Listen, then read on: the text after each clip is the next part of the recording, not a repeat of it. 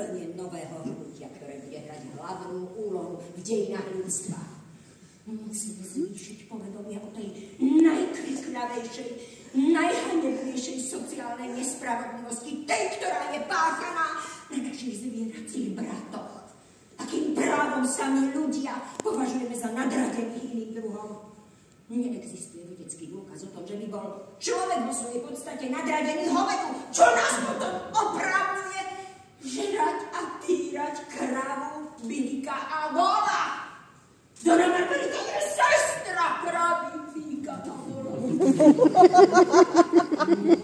Stále si uvedomujem, že nebude existovať na svete spravodlivosť, pokým nebude nastolená úplná rovnoprávnosť medzi všetkými druhmi.